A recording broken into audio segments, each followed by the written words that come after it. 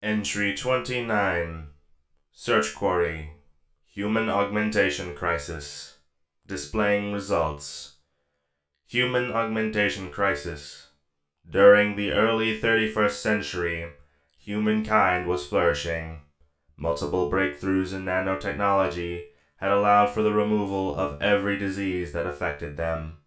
Limbs could be rebuilt or replaced by mechanical variants. Corporations like Biotech and Life Central were leading the race. With trillions of credits, they provided the majority of the augmentation services that humans required. But how far can you alter your body before it becomes too much? End of entry. The blue aura encompassing the scroll abruptly vanished, allowing gravity to pull on the parchment, drawing it down onto the marble floor. Princess Luna remained frozen still, her pupils reduced to a fraction of their original size. She mentally reviewed the context of the letter several times. Vector, ship, interstellar, humans, meeting. No, it still did not make much sense to her. She slowly summoned her magic once again to bring the scroll back up to eye level. With another quick glance over its contents, Luna was sure she was not imagining things. Her efforts to uncover the mystery had been for naught. Twilight Sparkle, her sister's faithful student, had appeared to have done so purely out of luck, and the unicorn was claiming that she had been visited by 3 extraterrestrials. In front of her, Celestia remained placidly sitting on one of the many cushions that she possessed, sipping on a now empty cup of tea. Luna's jaw hung loosely while she did her best to try to formulate words, only managing to get a nearly inaudible whimper out of her mouth. Celestia noticed the reaction of her younger sister. She finished her cup of tea with a final sip, and then gave her sister a stern look. Perhaps you were wondering if this letter really was from Twilight Sparkle. And yes, it is. Luna's mind reeled back once again, her thoughts finally beginning to unclog. What? She trailed off, her eyes narrowed while she glared at Celestia. How can thou be so impassive? Do you not comprehend what hath been written upon thine parchment? She exclaimed, her tone almost raising to the royal Camelot voice. Luna. Not only does it appear to be no more than a mere jest, but if the contents hold true, then the very safety of Equestria might be compromised. She stood up, letting out an angry snort. Luna. We hast the remains of 4 creatures that may very well be humans, that were mentioned by thy student. How shall we explain? Perhaps they were here to avenge their fallen comrades. Luna! And they call us Mommy! Silence fell upon the room. Luna looked down on the floor and remained in a sitting position, holding her blush. Meanwhile, her elder sister sighed. I was hoping you wouldn't panic. I'm sorry. I should not have slipped. It's all right. The white alicorn levitated a quill and a roll of paper from a nearby desk. I'm going to send a letter asking for confirmation. I should be able to adjust my schedule to have an hour or two available this evening. How about you, sister? Luna perked up. You're going through with this? Well, of course. I am in no position to deny their request. But what if they intend to cause harm? In that case, we will be prepared. How tall were the skeletons you found?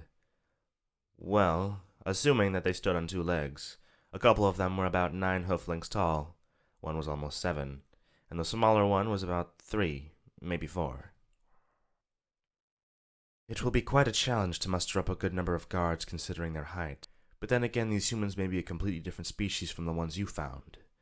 Celestia then began to scribble on the paper. Luna watched as her sister furled the parchment and then gave it a single touch with the tip of her horn, causing it to be consumed by yellow flames. Afterwards, the remaining ashes flew out one of the room's many windows, as if carried by a ghostly breeze. The younger sister sat quietly for a few seconds, a smile spread across her face, and her sibling watched her expectantly. All right, she said. I can make room for 8 o'clock this evening. How about you? Yes, 8 o'clock sounds perfect, the Princess of the Sun replied. Luna got up on all fours. I will go and inform the guards. She began to walk towards the door. Oh, one more thing. Yes. Make sure our guest is prepared. I will do my best, sister. Luna then pushed the doors to Celestia's bedchambers opened and walked back into the large hallway. Sitting in front of a table inside of the barn of Sweet Apple Acres were 3 figures that appeared to be too big for a single piece of furniture. These were humans, as they referred to themselves. Surrounding them was a group of 6 ponies and 3 fillies, all of them watching the armor figures warily, recoiling at each sudden movement that the humans made. The tallest and bulkiest human, Atlas, was looking at the small dragon that the ponies referred to as Spike, who exhaled a flame into a small scroll. The whole group watched as the letter burned into ashes, and were soon carried away by a non-existent draft of wind. Atlas looked back at the little lizard who had set fire to it, raising an eyebrow. "Why'd you do that?" he asked. Spike puffed out his chest with pride. Well, since I was born with magic, my fire's always been sort of special. Twilight says I've got some magic fire thingamajig. Magic-infused fire, the lavender unicorn interrupted. Yeah, that, Spike continued. After a while, we figured out, Twilight cut in again. Fine, he rolled his eyes. We figured that we could send letters to the princess using it. It's way faster than actually using mail. Huh. I thought you'd just like to set fire to things, Atlas said. Forgot about your magic. Oh, Twilight popped in. Speaking of which, what kind of magic do you have? How do you use it? What makes the vector stay afloat? With each question, she began to speak with increasing speed. Whoa, one question at a time, all right? Atlas said, gesturing for her to calm down. Oops. Yeah, Twilight giggled. I'm getting a bit excited, sorry. So, how does your magic work? I don't see any horns or anything similar, she asked. We don't have magic, the man answered. He watched as the unicorn froze for a few seconds, then shook her head. Oh, stop it, she giggled. Seriously, though, I don't see any horn or anything, so how are you able to use magic? We don't.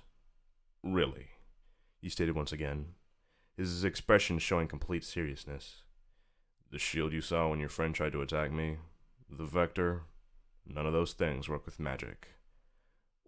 Well, how do they work then? Her voice began to rise in volume. It has to be magic. There's no other way. She looked up at him, pouting. An orange hoof pulled Twilight gently away from him, then wrapped itself around her neck. Sorry, Applejack said, grinning awkwardly. Y'all gotta excuse Twilight here. She can get mad excited about some things. Spike snorted. Yeah, she can't control it. The idea of not knowing how something works is terrifying to her. No, it's not, she retorted. Everyone in the barn stared at her in silence. Even Fluttershy, who had taken to hiding behind a bale of hay, peered out from her hiding spot to look at her. Rarity stepped up to her, covering her grin with one of her hooves.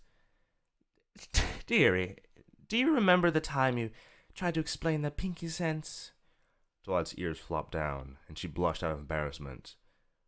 Well, okay, fine, I may go overboard sometimes. Sometimes? Rainbow Dash scoffed. All the ponies, including Twilight, engaged in a fit of giggles. Atlas and Taurus smiled at them, while Mac sat silently, hands resting on his knees. Hey, Binky said, walking up to the android. Why haven't you taken your mask off? Mac looked down at her, and to the surprise of many, the pink pony showed no signs of being intimidated by his burning stare. Taurus shuffled uncomfortably in her seat. He's really ugly, yeah. Atlas looked at her with an unamused expression. Should I take my mask off as well? Asked Mac. If you want to, Fluttershy said. She squeaked and hid behind her mane as she received several surprised looks upon finding her in front of the table instead of hiding under a bale of hay. Mac shrugged and moved his hands up to his head. Atlas looked over to him. Mac, wait. With an audible click, Mac's faceplate came loose, and he gently slid it off. All of the ponies gasped.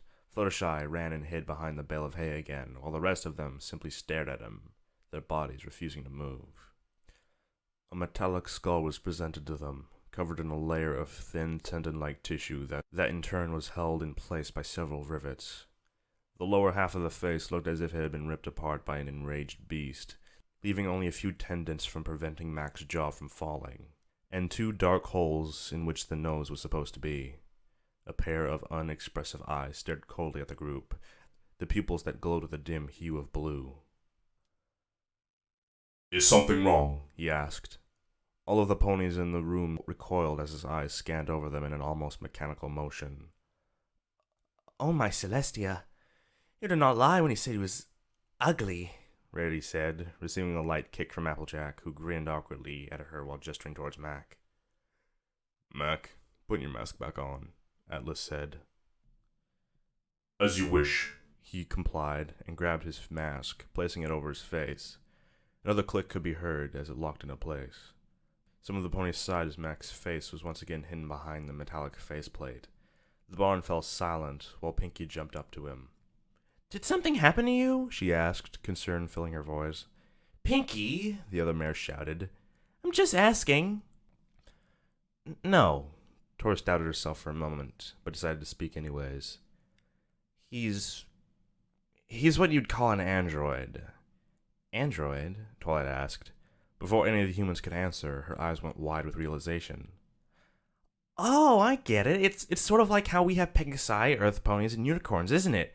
You have different types of humans." She grinned and rubbed her forehooves together. Not exactly, Atlas said, growing more uncomfortable as he noticed Twilight's grin fade away. Screw it," Taurus muttered, placing her arms on the table. "An android is a machine built to resemble humans and to work for humans," she stated. "Well, hold your horses there," Applejack said, walking closer to Mac and examining him. "Y'all mean that he's a machine that thinks and can talk and feel and all that? Kind of like a golem?" Twilight asked. "Golem? No. I mean," Atlas shook his head. "Listen, it's really complicated. We could be talking about this all day. What's important is that he's not going to harm any of you, and neither are we. So, could we talk about something else? And maybe," he eyed one of the apple pies on the center of the table, "maybe eat something?" The ponies shared worried looks before going back to their respective seats. Rarity walked over to the Fluttershy's hiding place and began trying to convince her to come out and join the rest of the group. Twilight, meanwhile, sat down next to Atlas and handed over a slice of apple pie to Mac. The android stared at it for a moment before giving a nod to Atlas. The man then brought the pie to his mouth and took a bite out of it, smiling at the taste. Next to her there were 3 crusaders, sitting right next to each other in silence, looking like they were about to doze off. They had not slept at all last night. In fact, no pony could. Having the vector hovering above them prevented any sort of relaxation. She felt a hoof prod her side, and then she turned her gaze to discover Rarity, who gestured for her to come closer. Once they were far enough away from the table, the white unicorn leaned and began whispering to Twilight. "Twilight, don't you think that perhaps we're being a little too open with them?" "What? Rarity, how can you say that?" Twilight retorted. "We're the first ponies to ever meet a human." "Shh, keep quiet," Rarity whispered harshly. "And that's exactly what you should be worried about. No pony has ever heard of them. Why, don't tell me you actually believe what they're saying." "Well, I admit it's pretty far-fetched, but, I mean, look at them." Twilight discreetly pointed a hoof at the massive figure of Atlas, who was busy chomping down on a slice of pie. "Look at the complexity of their armor. Actually, why do they wear armor anyways? You see, Twilight? Something's not quite right. But there's so much we could learn from them." "Darling, I understand that," Rarity replied. "Listen, I propose this. We should try to find out why exactly they're here, before we tell them anything else." "Do you think that if they wanted to do anything, they would have done it already?" Twilight asked, cautiously looking over the group. "You make a valid point." The 2 mares stood in silence, awkwardly shuffling their hooves. Twilight looked at Atlas, and could not help but shudder. The man was truly enormous, so big that he almost didn't fit through the barn door. A loud burp, though, interrupted all the conversations. All eyes turned to Spike, who walked up to Twilight holding a scroll in his claw. The mare's horn lit up as the scroll was taken away from the dragon's grasp. She unfurled it in front of herself and began to read aloud. My dear student Twilight Sparkle, before anything, I would like to remind you that I most certainly always have time for you, even now. In fact, I enjoy it. Now on to other matters at hoof. To say that I was surprised would be an understatement.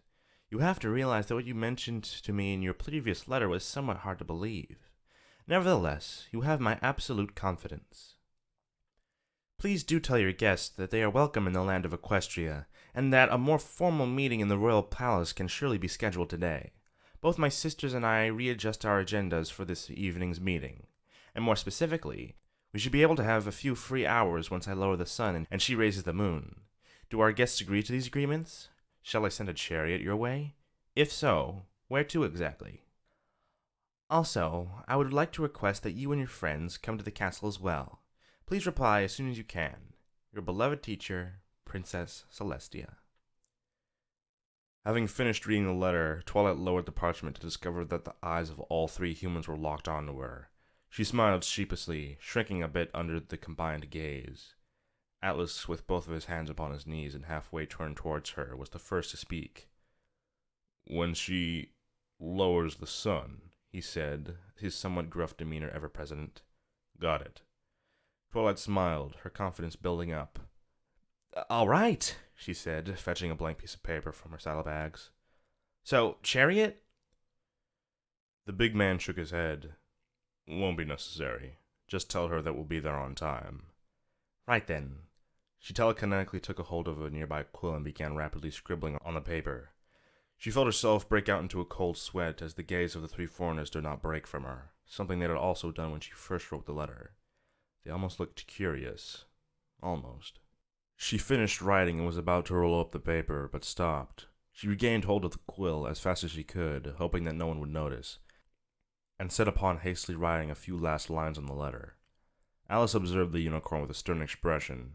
He raised an eyebrow as the purple pony started adding a few extra lines to the letter while bearing an extremely wide smile on her face. Twilight finished her frantic scribbling and rolled up the letter, not even bothering to stamp the seal on it before floating over to her assistant. Spike took the letter out of her magic grasp and regarded it with a quizzical look, but said nothing. He shrugged not too long after and blew a stream of green fire that consumed the paper in less than a second. It turned into a yellow mist that swirled around promptly and left the barn, carried through one of the windows by the same magical wind as before. Atlas, Taurus, and Mag broke their stare away from Twilight to watch the mist dance through the air and out of the barn. She breathed a sigh of relief and gingerly trotted up to Atlas's side again. The man had eaten several plates of apple pie by now. No wonder, she said to herself. A whole pie is smaller than his hand.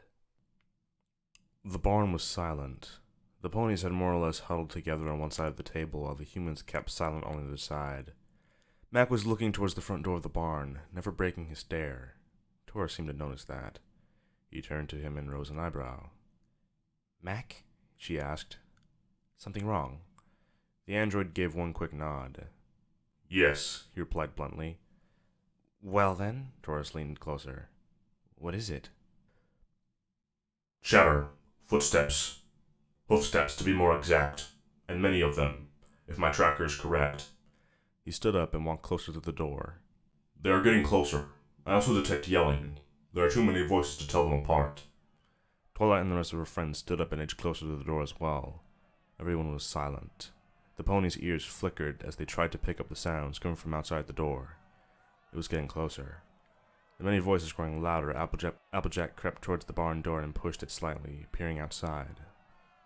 Not long after she did, the cowmare abruptly turned around, her eyes wide. I think we got a problem, she said. The remaining 5 mares took a step forward, eyeing her with concern. Twilight gulped. Are they? Applejack looked down at the ground and pawed at it. Yeah, pitchforks and torches. What? The ponies reared their heads back in surprise. The humans, meanwhile, looked at each other, eyebrows raised, but other than that, they showed no display of shock. Without saying a single word, Atlas and Taurus grasped their faceplates and put them back onto their original positions. A loud click reaching the ponies' ears as the pieces of armor locked back into place. Twilight took numerous deep breaths and closed her eyes, trying to calm down in order to formulate some sort of plan. Her sleep deprivation, though, was getting in the way of that. All right. I think I have an idea of what to... She turned around to meet Atlas, who was standing up, towering over her.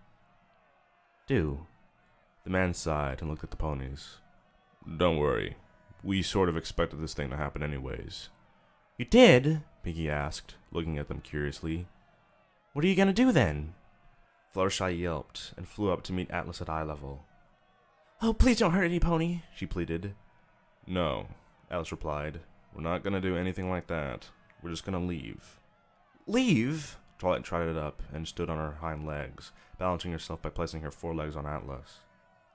You can't leave. There are so many questions. Why, we barely just started getting to know each other. There's so much. Twilight looked up at him, her neck aching. And the princess, She trailed off, the inexpressive orange slit of Atlas's mask staring down at her. He sighed and shook his head. Don't worry. Tell your princesses that we'll be at her castle once the sun sets. Upon finishing this statement, he and his two companions walked up to the barn door. The cacophony of hoofsteps and voices got much louder, and a range of loud questions, insults, and threats could be heard. The humans paid no mind to that, however. Atlas casually pushed open the door, allowing the sunlight of the late afternoon to flood into the barn. Twilight and her friend shielded their eyes, having been in the dimly lit barn for far too long. The ruckus of the mob died down soon after the door was opened. There were no more insults and threats being thrown in the air anymore. Once their eyes adjusted to the brightness, the main six and the three fillies took in the scene before them. Atlas was standing in front of the crowd of ponies with Mac and Taurus taking position at his sides, much like they always did. The ponies were looking wide-eyed at them. The closest to the three had shrunk away in fear, and what looked like the majority of the adult population of Ponyville were holding an assortment of pitchforks, torches, and other tools in their mouths. A few unicorns among the crowd obviously opting to use their magic instead. Classic, said Mac. There they are, one of the ponies called out. The monsters! The mob began to rebuild their courage. Those in front lines regained their confident stance. Where did you take those fillies? Another one exclaimed. Several others yelled the same question. They probably ate them. We don't want you here. The crowd waved their improvised weapons menacingly at the humans. It was hard to tell from behind the masks, but the three were rather unimpressed. Applebloom peered out from behind her sister's legs. Sis, what's going on? Applejack and the other mares turned to look at the three fillies, all of them giving confused looks in return. Before any of them could say anything, the mob interrupted them. They're still alive, and they have other ponies with them too. Save them. The mob of ponies started their slow advance onto the humans. The three looked at each other, uncertain as what to do. Hey, Reddy shouted. Every pony, stop this nonsense! Rainbow Dash flew overhead of the humans. You don't know what you're doing, she yelled back in the crowd. The pony villains did not halt their advance. A few of them even began to haul rocks at the three armored figures. One of the unicorns threw a larger rock at Taurus, but before it could even get closer, Atlas moved his arm and caught the rock with his hand. I can defend myself, you know. Sure. Atlas clenched his hands and pulverized the rock into dust. He then turned to address the ponies behind him. Listen, I'm sorry, but we gotta go now. He nodded at his two companions, and hatches on his back opened, the same thing happening with Mac. Taurus on the other hoof unfurled her wings to full length.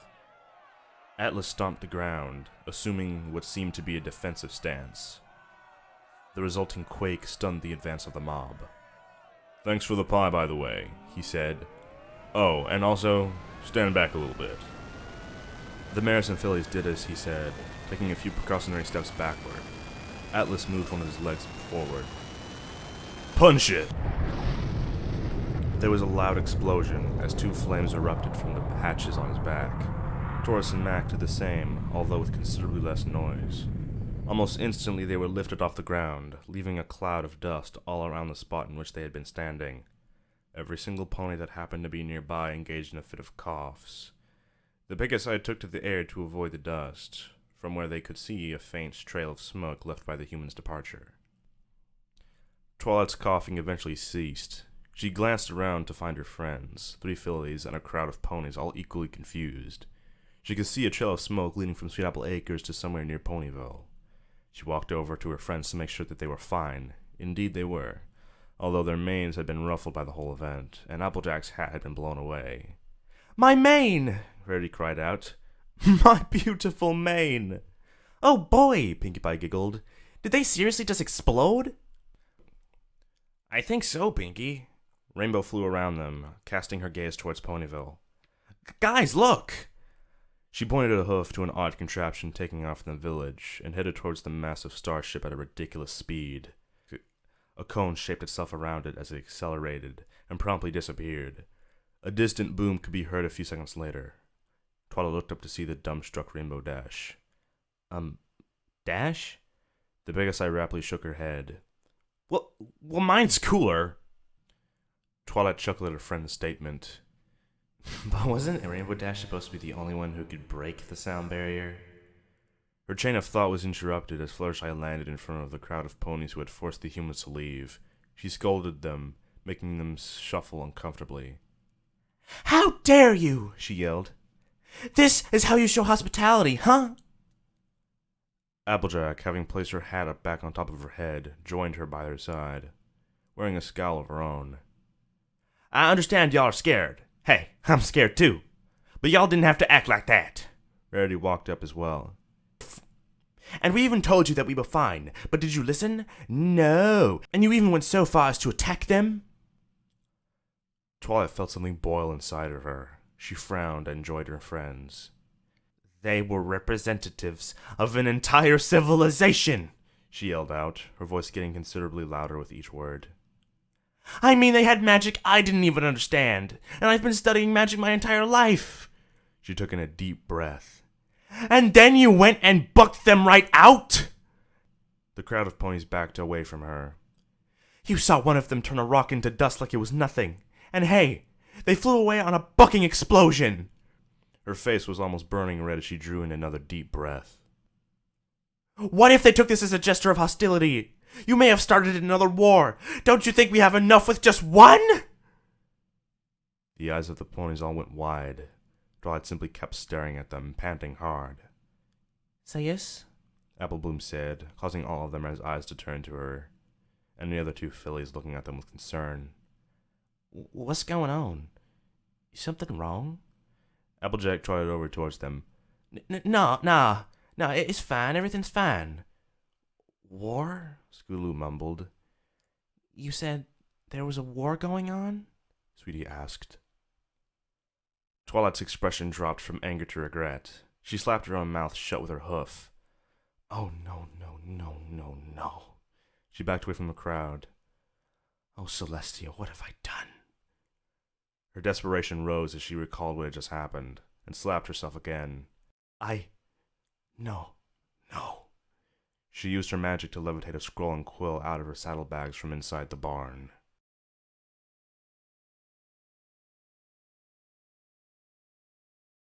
Luna cantered through the hallways of the Canterlot Palace. By her side was a unicorn stallion clad in shining golden armor. "Your Majesty," he addressed her. "I'm sorry, but we do not have enough guards for this. Almost all the officers are either on the recruitment trips or prepping for the military camp. All we have to spare right now are the rookies, and with the amount you're requesting, half the palace will be left unguarded." Luna stopped dead in her tracks and turned to face the stallion.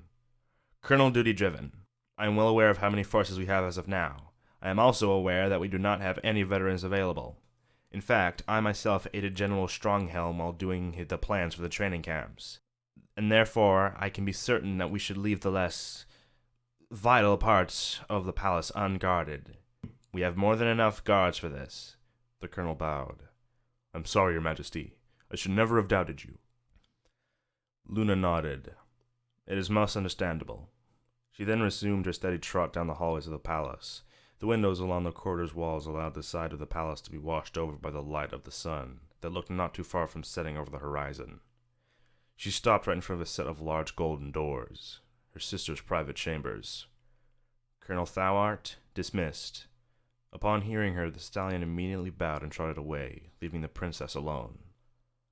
Using her magic, she pushed open the double golden doors and entered Celestia's room. Inside was the usual assortment of exotic furniture, expensive silks, and carpets. Sitting quietly on one of the latter near the room's fireplace was Celestia. Next to her were cushions, stacks of paperwork, and the likes. She was sipping on a cup of tea while she read through a scroll when she heard the door open. She turned to meet Luna, who cantered closer to her and smiled. "Oh, Luna, I was wondering when you would come by." Luna sat down next to Celestia. "Well, the royal guard can be quite stubborn." The Princess of the Sun smiled, setting her cup of tea on the nearby dish. Oh, but I doubt they can resist your charms for long.